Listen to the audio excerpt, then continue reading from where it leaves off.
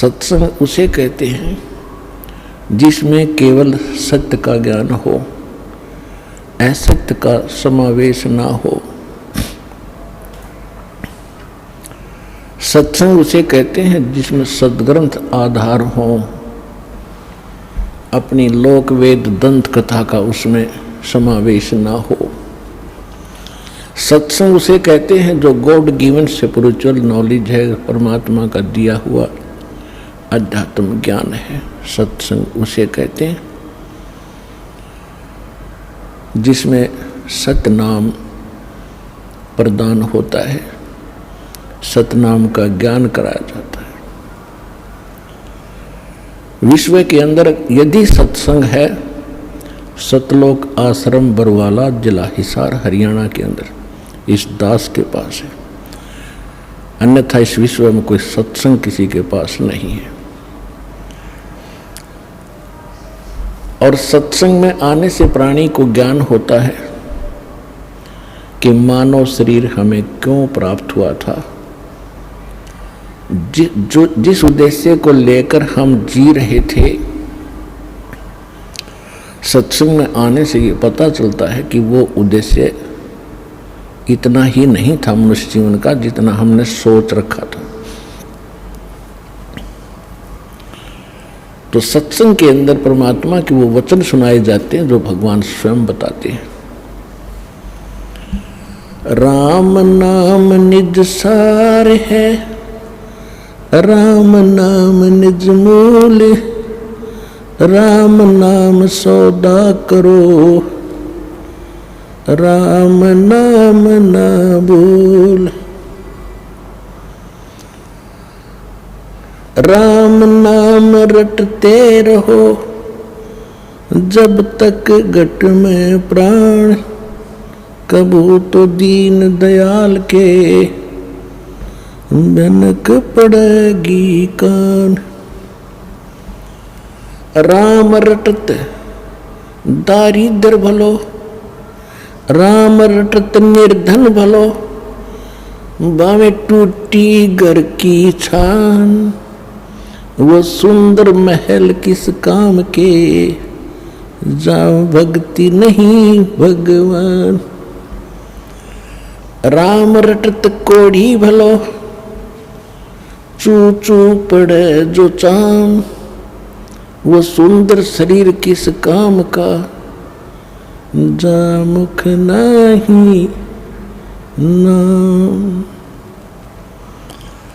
कबीर जिव्या तो वाहे बली, जो रटे हरि नाम, नहीं तो काट के फेंक दियो, ये मुख में बलो न चाम।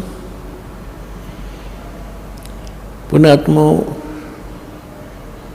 धन्य है आपके माता पिता जिनसे आपका जन्म हुआ, धन्य है आपकी वो पूर्व संस्कार, आपकी किस्मत।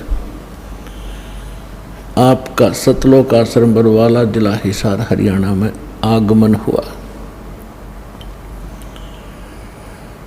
चाहे किसी भी कारण से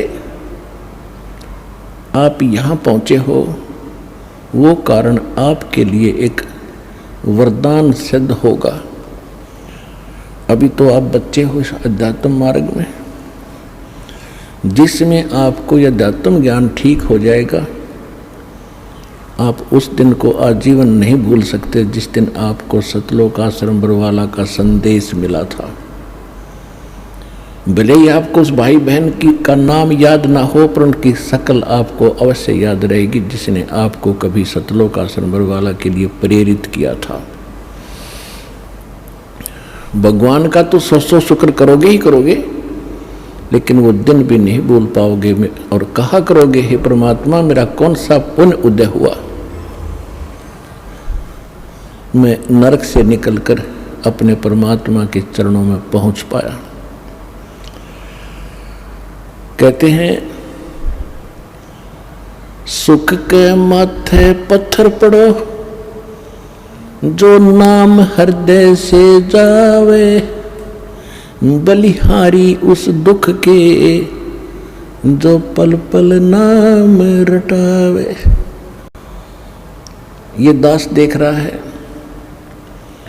जिनको यहाँ का ये नकली थोड़ा सा सुख प्राप्त है, शरीर जिनका स्वस्थ है, वो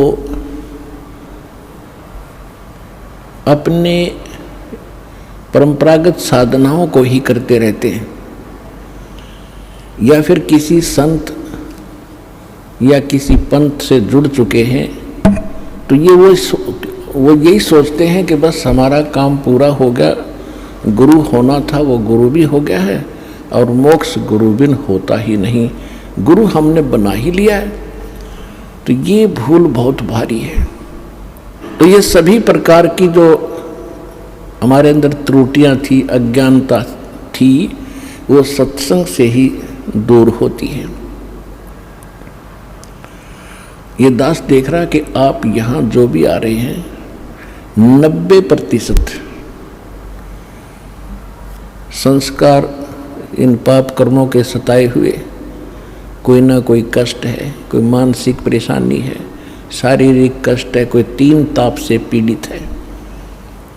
3 ताप के अंदर पितृ बाधा, प्रेत बाधा, किसी देव का श्राप आदि, ये सभी 3 ताप के अंदर कष्ट होते हैं।